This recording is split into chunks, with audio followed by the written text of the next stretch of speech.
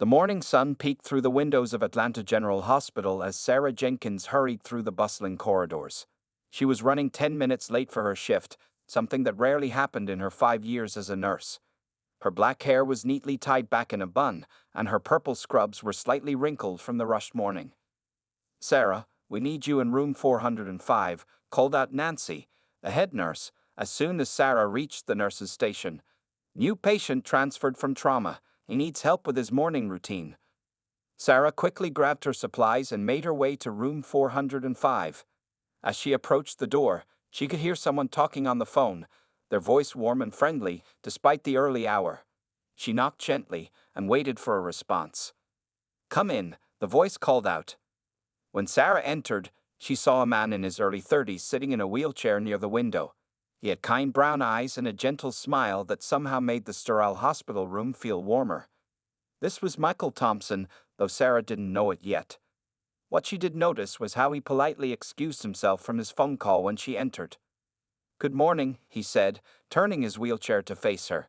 "You must be my nurse for today." Sarah nodded, checking his chart. "Mr. Thompson, I'm Sarah Jenkins. I'll be helping you with your morning routine." She noticed he had been in the hospital for 3 weeks following a construction site accident that had left him paralyzed from the waist down. "Please call me Michael," he said, adjusting his position in the wheelchair. "And I apologize in advance for being a bit of a handful. I'm still learning how to do everything differently." Sarah appreciated his honesty. Over her years of nursing, she had met many patients who struggled to accept help, but Michael's openness was refreshing. As she helped him with his morning exercises, they began to talk. She learned that Michael was an engineer who had been overseeing a building project when a support beam gave way. He had pushed 2 of his workers out of harm's way, but couldn't move fast enough to save himself. The accident had happened 3 months ago, and he had been transferred to Atlanta General for specialized rehabilitation. "You know what's funny?" Michael said as Sarah helped him stretch his arms. "Before the accident, I was always too busy to notice the small things. Now I find myself paying attention to everything, like how the sunlight creates patterns on the floor, or how the birds outside my window have a morning routine just like we do." Sarah found herself smiling at his observation. Many patients in his situation would be bitter or depressed, but Michael seemed determined to find beauty in his new reality. Throughout the morning routine, Sarah was impressed by Michael's determination. Even when tasks were difficult or uncomfortable, he maintained his positive attitude. He asked questions about the exercises, wanting to understand how each movement could help his recovery. "You're different from the other nurses," Michael commented as Sarah was finishing up. When she looked at him questioningly, he explained, "You don't treat me like I'm made of glass. Some people see the wheelchair and start acting like I'll break if they look at me wrong." Sarah adjusted his pillows and replied, "Well, you're still the same person you were before the accident.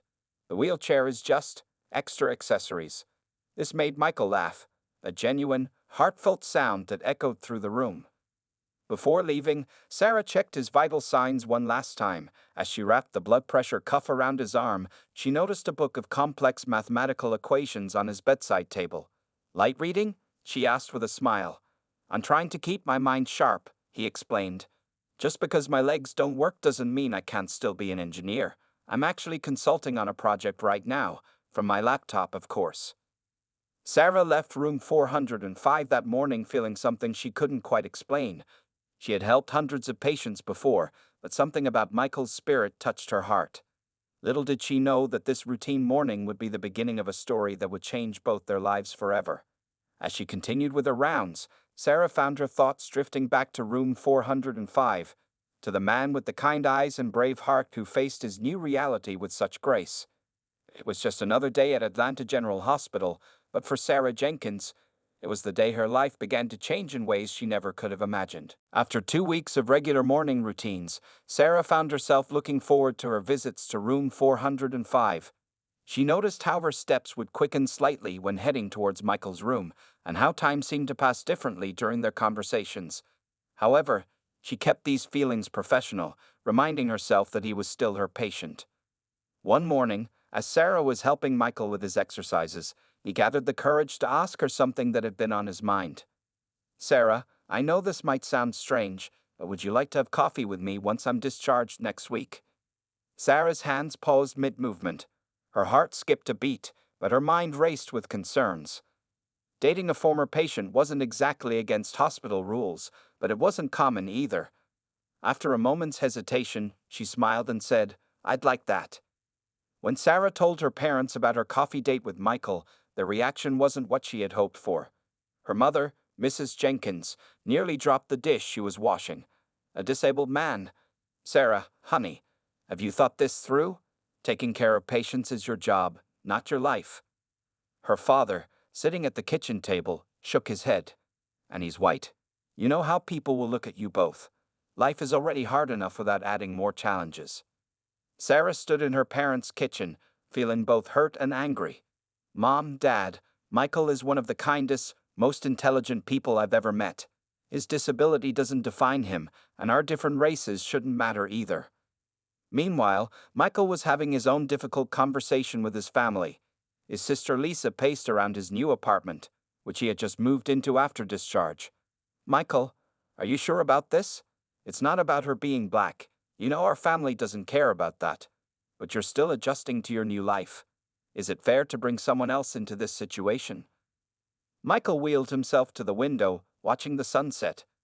"Lisa, when I was lying under that beam at the construction site, I promised myself that if I survived, I wouldn't waste time worrying about what others think. Sarah sees me for who I am, not what I can't do." Their first coffee date turned into dinner, and soon they were seeing each other regularly. Sarah learned that Michael's mind was even sharper than she had first realized. He had returned to work as a consulting engineer, using video calls and specialized computer software to continue his projects. Michael discovered that Sarah's caring nature went far beyond her nursing duties. It was simply who she was. One evening, while they were having dinner at Michael's apartment, someone from the neighboring table at the restaurant stared at them and whispered to their companion. Sarah noticed Michael's jaw tighten slightly. "Does it bother you?" she asked softly, "the way some people look at us?" Michael reached across the table and took her hand. "The only thing that bothers me is that people might make you uncomfortable. I'm used to stares because of the wheelchair, but I don't want you to face judgment because of me." Sarah squeezed his hand. "My grandmother used to say that people's stares can't hurt you unless you give them permission, and I don't give them permission." Over the next few months, both families began to see what Sarah and Michael had seen in each other. Mrs. Jenkins noticed how Michael's face lit up whenever Sarah entered the room, and how he always remembered everyone's favorite foods when hosting dinner. Michael's sister Lisa saw how naturally Sarah handled the wheelchair, never making it the center of attention, but also never pretending it wasn't there. During Sunday dinners at the Jenkins home, Michael would help Sarah's father solve crossword puzzles, often knowing the obscure engineering terms that stumped everyone else. At Thompson family gatherings, Sarah's easy laugh and genuine interest in everyone's stories made her feel that she had always been part of the family. 6 months into their relationship, both families had a joint dinner. As they watched Sarah and Michael work together in the kitchen, him chopping vegetables from his wheelchair while she stirred the sauce, both sets of parents shared knowing looks. Their initial fears and prejudices had been replaced by the simple truth they now saw: love doesn't care about wheelchairs or skin color. It simply is. As their relationship entered its second year, Sarah and Michael settled into a rhythm that felt both natural and extraordinary. Their weekend routine usually started with Sarah arriving at Michael's apartment early Saturday morning, carrying fresh bagels from the corner bakery. Michael would already be up, having mastered the art of making perfect coffee using the specially mounted kitchen equipment he had designed himself. One particular Saturday morning, Sarah noticed something different in Michael's apartment. A set of parallel bars had been installed in his spare room, alongside other exercise equipment. "I've been working with a new physical therapist," Michael explained, his eyes showing a mix of determination and hope. "Dr. Roberts thinks there might be a chance to regain some movement in my left leg." Sarah watched as Michael demonstrated his exercises, her heart swelling with pride at his determination. He had learned to adapt to life in the wheelchair with remarkable grace, but he never stopped trying to push his limits. 3 times a week, he would work with his physical therapist, often returning home exhausted but satisfied. During this time, Sarah was pursuing her own growth. She had enrolled in advanced nursing courses, specializing in rehabilitation care. Her experiences with Michael had shown her how much difference proper support could make in a patient's life. Many evenings were spent with both of them studying at Michael's dining table and working on engineering projects or buried in medical textbooks. "You know what's funny?" Sarah said one evening, looking up from her studies. "Before I met you, I thought I understood what my patients went through, but being with you has taught me so much more than any textbook ever could." Michael smiled, reaching for her hand across the table. "And you taught me that asking for help doesn't make me weak. It took me a while to learn that one." Their relationship wasn't without its challenges. There were days when Michael's disability felt overwhelming, like when they had to cancel their beach trip because the resort wasn't as wheelchair accessible as advertised. But they learned to face each obstacle together, often finding creative solutions. For instance, when they wanted to go dancing, Michael discovered a wheelchair dance group. Soon, they were regulars at the group's meetings, with Sarah learning to move in harmony with Michael's chair. Their synchronized spins and turns often drew admiring glances from others at the community center. One rainy Sunday afternoon, while they were cooking together in Michael's kitchen, Sarah accidentally dropped a bowl of pancake batter.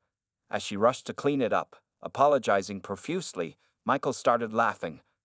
"Remember when I used to get frustrated about not being able to help with the cleaning?" he said, maneuvering his wheelchair carefully around the mess. "Now look at us, you're making messes, and I'm the calm one." The shared sense of humor became one of their greatest strengths. They learned to find joy in the small moments and to laugh at the awkward situations that sometimes arose. When people stared at them in public, they would make up funny stories about what the onlookers might be thinking. Michael's career continued to flourish. His engineering firm had fully embraced remote work, and his innovative solutions to accessibility problems made him increasingly valuable.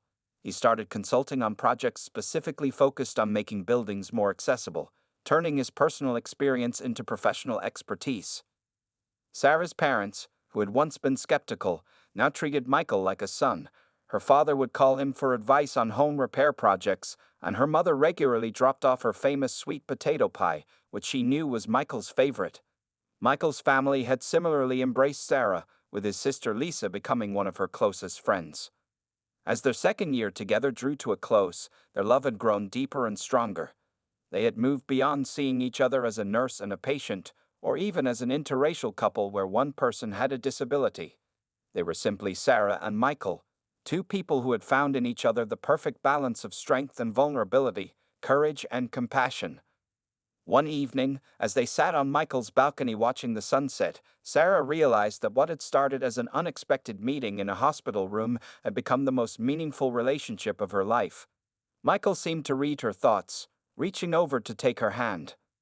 "Thank you," he said simply, "for seeing me when others only saw the wheelchair." On a warm Sunday afternoon, Michael sat in his wheelchair in front of his bathroom mirror, adjusting his tie for the 5th time.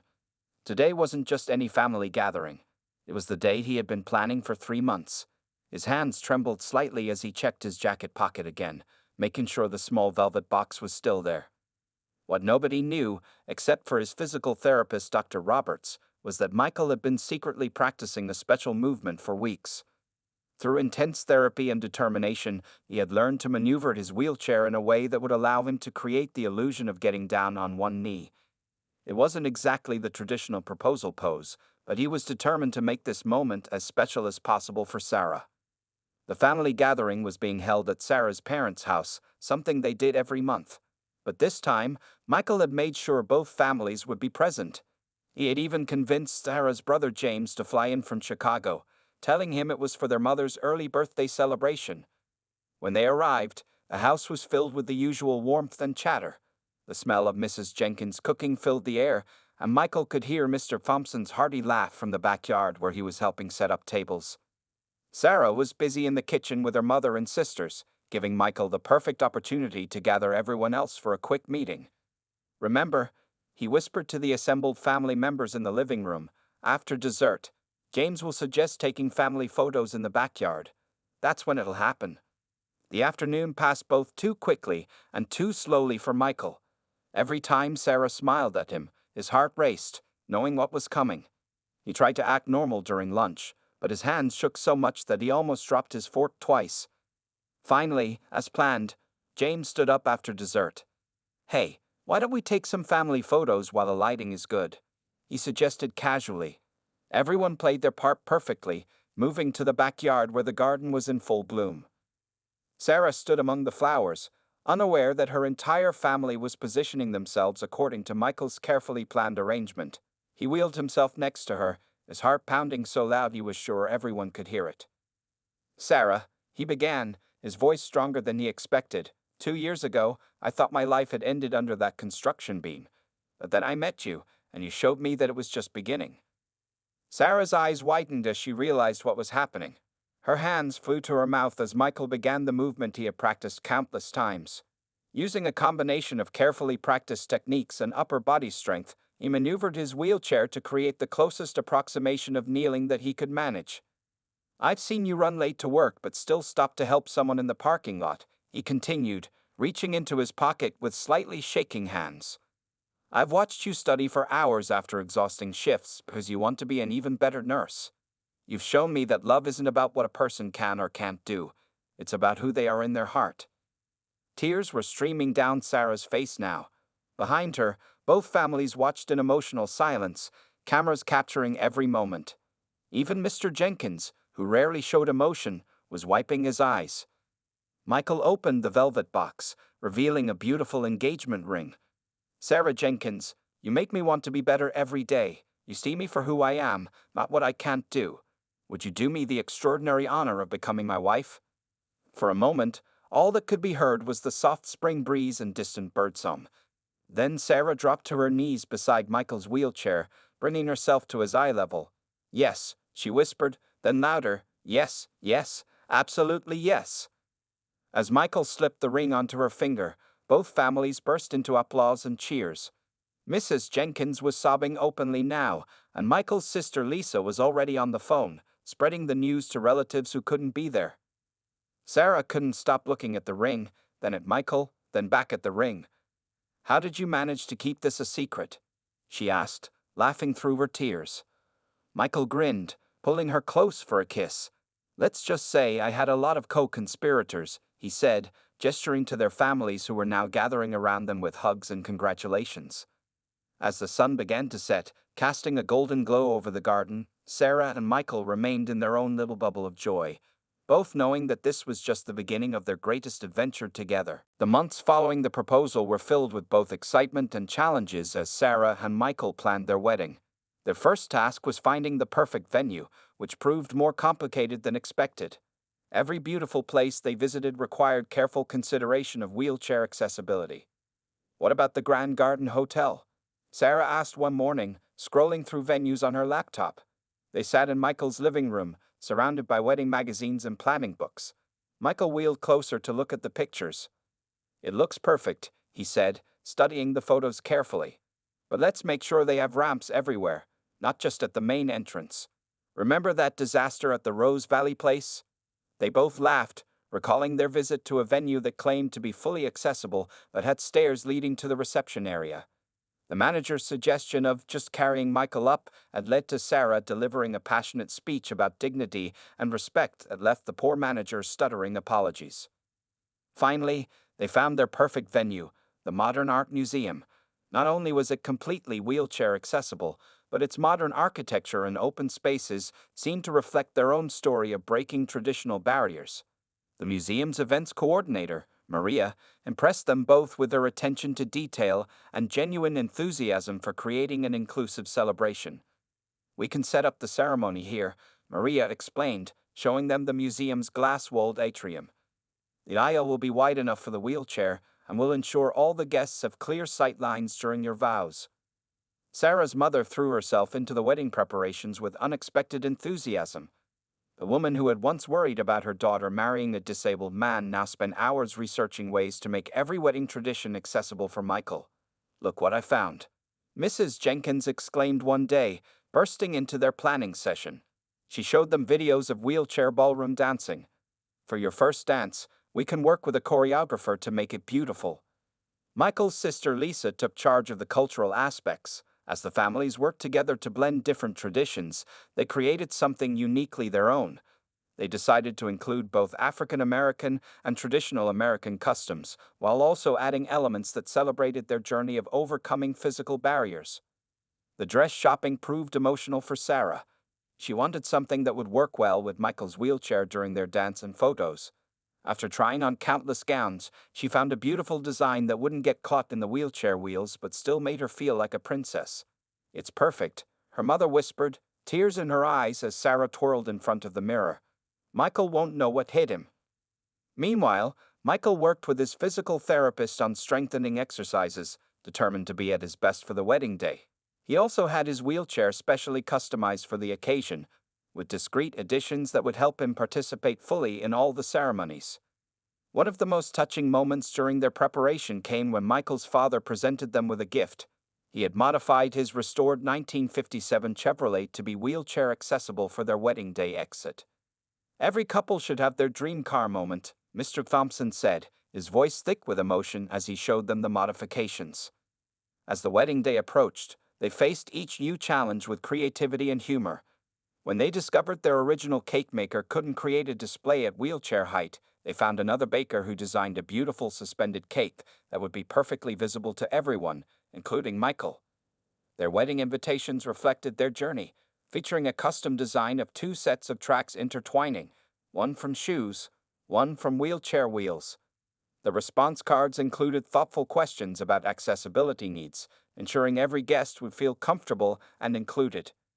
During their final venue walkthrough, Sarah watched as Michael confidently navigated the spaces they had chosen, directing vendors and coordinating with the event team. She remembered the man she'd met in the hospital 2 years ago, and her heart swelled with pride at how far they'd come. "Penny for your thoughts?" Michael asked, noticing her quiet smile.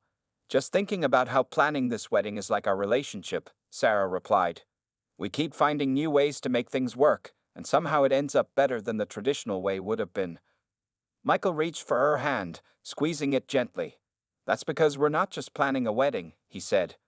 "We're showing everyone that love doesn't need to follow a rulebook." The morning of the wedding dawned bright and clear. Sarah stood at her parents' house window, watching the sunrise paint the sky in shades of pink and gold. In another part of town, Michael was already awake in his apartment, his wedding suit hanging pressed and ready on his bedroom door. "It's going to be perfect," Lisa, Michael's sister, assured him as she helped him with his morning routine. She had stayed overnight to help, knowing that his excitement might make his usual tasks more challenging.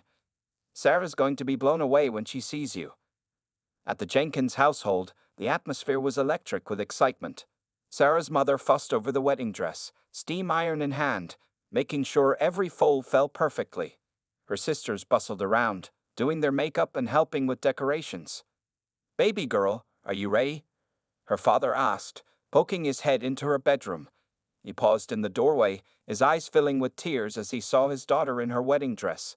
The flowing white gown complemented her dark skin perfectly, and her hair was adorned with tiny crystal flowers that caught the morning light. "Daddy, don't you dare cry," Sarah warned, feeling her own eyes well up.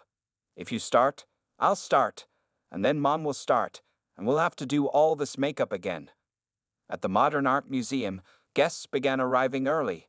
The atrium had been transformed into a magical space. White flowers and soft lights created an ethereal atmosphere, and the carefully arranged seating ensured everyone had a perfect view of the ceremony space. The wide aisle was lined with rose petals, sturdy enough for wheelchair wheels to glide over smoothly. Michael arrived first, as planned.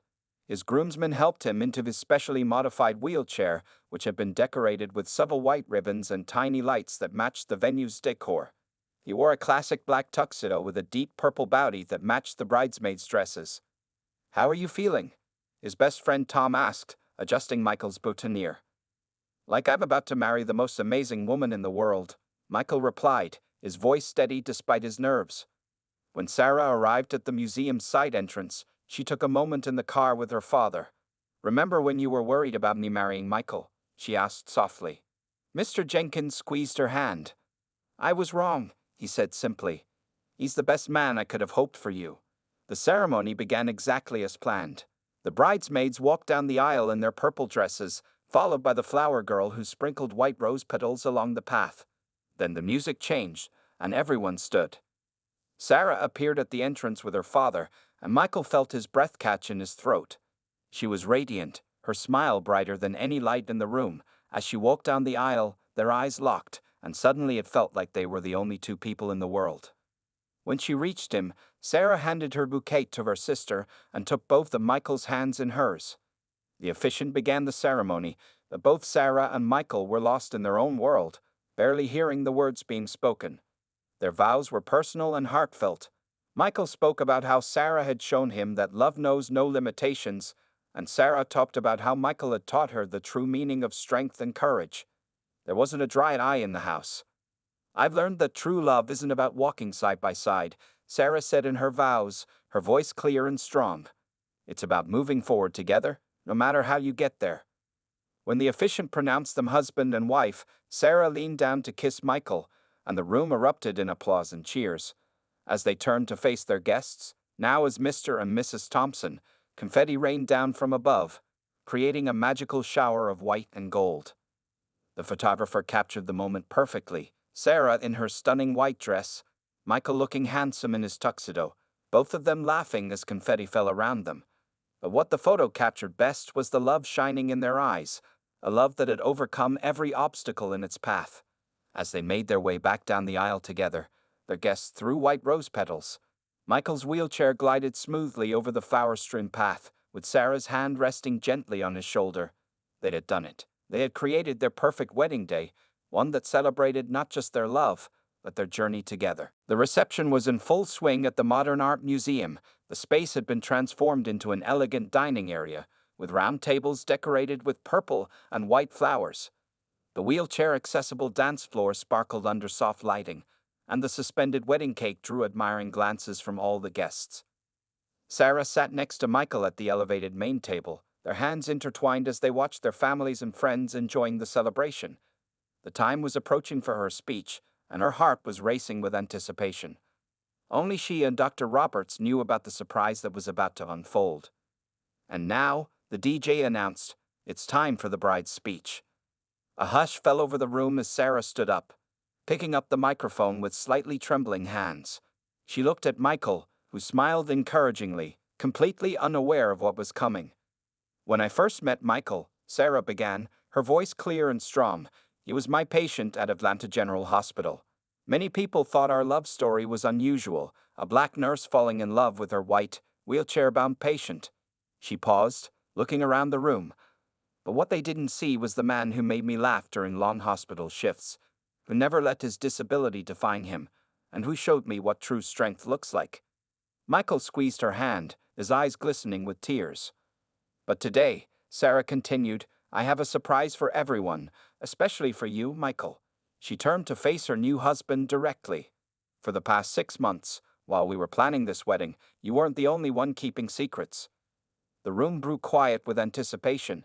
Even the servers stopped moving, sensing something important was about to happen. "Remember all those late-night nursing classes I was taking?" Sarah's voice began to shake slightly with emotion. "Well, they weren't exactly classes. I was actually attending meetings with Dr. Roberts and a team of specialists from the Atlanta Medical Research Center." Michael's expression changed from confusion to curiosity. Dr. Roberts, who had been sitting quietly at a corner table, stood up and moved closer to the main table. "3 months ago," Sarah continued, "you were selected for an experimental treatment program. All those routine checkups and blood tests we did weren't just regular monitoring. They were preparing you for something extraordinary." Tears began rolling down Sarah's cheeks, but her smile was radiant. "The treatment has been working, Michael. Dr. Roberts and the team have been monitoring your progress, and the nerve regeneration in your legs has exceeded all expectations." Gasps echoed through the room. Michael's mother covered her mouth with her hands, and his father leaned forward in his chair, barely breathing. "We didn't want to say anything until we were absolutely sure," Sarah said, her voice now barely above a whisper. "But yesterday, Dr. Roberts confirmed what we've been hoping for." She turned to face their guests. "My husband, who was told he would never walk again, has regained partial sensation and movement in his legs." The room erupted in shocked murmurs. Michael sat frozen in his wheelchair, his eyes wide with disbelief. "Dr. Roberts!" Sarah called out, and the doctor stepped forward with a small medical team that had been disguised as wedding guests. They're here to help you take your first steps in public, if you're ready. Michael looked from Sarah to Dr. Roberts and back again, tears streaming down his face. You get this? He whispered. All this time? Sarah knelt beside his wheelchair, taking both his hands in hers. You've spent our entire relationship supporting me, believing in me, loving me unconditionally. This was my way of showing you that I would move heaven and earth to support your dreams too. The medical team moved forward with specialized equipment as Sarah finished her speech. I don't know exactly what the future holds, she said, her voice carrying across the silent room. The treatment is still experimental, and the road ahead will have its challenges. But I do know one thing. Whether you're in this chair or walking beside me, I'll be with you every step of the way. She raised her glass, turning to face their guests one last time. To my husband, Michael Thompson, the strongest, bravest, most loving man I know. And to all of you who are about to witness a miracle. The reception hall remained absolutely silent as Dr. Roberts and his medical team approached Michael. Sarah stood by his side, still holding his hand, her wedding dress shimmering under the soft lights. Their guests watched in breathless anticipation as the team brought forward specialized supporting equipment. Are you ready? Dr. Roberts asked quietly, positioning himself beside Michael's wheelchair. Michael nodded, unable to speak through his emotions. His hands gripped the wheelchair's armrests tightly, his knuckles turning white from the pressure. The medical team worked quickly but carefully, attaching supportive braces to Michael's legs. These weren't ordinary medical braces. They were part of the experimental treatment program, designed to work with his partially regenerated nerve endings. Sarah had secretly had them decorated with the same subtle white ribbons that adorned Michael's wheelchair, making them look like part of their wedding attire. Now, remember what we practiced, Dr. Roberts said softly. Take it slow. The braces will support you, but you need to trust your legs to do their part. Michael took a deep breath and looked up at Sarah. You knew about this all along? He asked again, still processing the magnitude of her surprise. Every time I said I was studying late at the library, I was actually at the medical center, learning how to help you with this equipment, Sarah replied, wiping tears from her eyes. It was the hardest secret I've ever had to keep. With the support team in position, Michael slowly began to rise from his wheelchair. A collective gasp went through the room as he gradually stood upright, the braces helping him maintain his balance. He was shaking slightly from the effort, but his face showed pure determination. Sarah's father, who had once worried about his daughter marrying a man in a wheelchair, was now openly crying. Mrs. Thompson clutched her husband's arm, watching her son stand for the first time in nearly 3 years. Lisa, Michael's sister, was filming everything through tears, her hands trembling as she held her phone. The floor is yours, Dr. Roberts said, stepping back slightly but staying close enough to help if needed. The DJ, who had been briefed about this moment, began playing the song Sarah and Michael had chosen for their first dance, At Last by Etta James. Michael took his first tentative step, supported by the braces and his own strengthening legs. Sarah moved with him, her hands steady and sure as she helped him maintain his balance. Together, they began a slow, gentle movement that wasn't quite a traditional dance, but was beautiful in its own way. I can't believe you did all this, Michael whispered as they moved together. You amazing, wonderful woman. Well, Sarah replied with a teary smile, you did say you wanted our first dance to be special. Their guests watched in awe as the couple moved slowly across the dance floor. It wasn't the choreographed wheelchair dance they had practiced. It was something even more meaningful. Each step was a triumph, each movement a testament to their love and determination. As the song came to an end, Michael pulled Sarah close and kissed her deeply, standing on his own 2 feet. The room erupted in applause and cheers, many guests rising to their feet in standing ovation. Some were crying, others were hugging, and all were witnessing what seemed like a miracle. This is just the beginning, Sarah said as they slowly made their way back to Michael's wheelchair. The treatment will continue, and with time and therapy, you might regain even more movement. Michael sat back in his wheelchair, exhausted but overjoyed. You've given me more than just hope for walking again, he said, pulling her down for another kiss. You've shown me that anything is possible with love and determination. As the reception continued into the night, Sarah and Michael remained the center of attention, but now for an even more extraordinary reason than their wedding. Their love story, which had begun in a hospital room with a nurse and her patient, had transformed into something that touched everyone who witnessed it. Later that night, as they prepared to leave the reception in Michael's father's modified Chevrolet, Sarah looked at her new husband and smiled. "Ready for our next adventure?" she asked. Michael took her hand and kissed it, his eyes shining with love and gratitude. "With you by my side," he replied, "I'm ready for anything." As they drove away, their guests waving goodbye, both Sarah and Michael knew that this wasn't just the end of their wedding day. It was the beginning of a new chapter in their extraordinary journey together. A journey that proved that love, when combined with faith, determination, and support, could indeed create miracles.